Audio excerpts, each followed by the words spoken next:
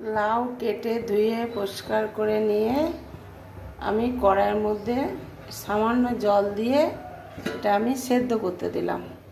এবার আমি ঢাকা দিয়ে দেবো। লাউ পোস্ত করব, আলু দেব না, শুধু লাউ পোস্ত। বন্ধুরা, আমার লাউ সেদ্ধ হয়ে গেছে, পোস্ত দিয়ে নামিয়ে নেব। সামান্য পোস্ত দেব, এতটা লাগবে না, অল্প লাউ।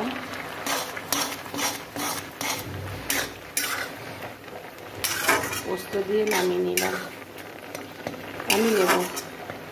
হ্যালো বন্ধুরা, আমার শুধু লাউ পোস্ত রেসিপি কেমন লাগলো লাইক কমেন্ট করে বলবেন।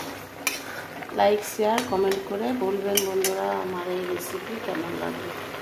শুধু লাউ পোস্ত রেডি, নামিয়ে নেব। লাউ পোস্ত রেডি।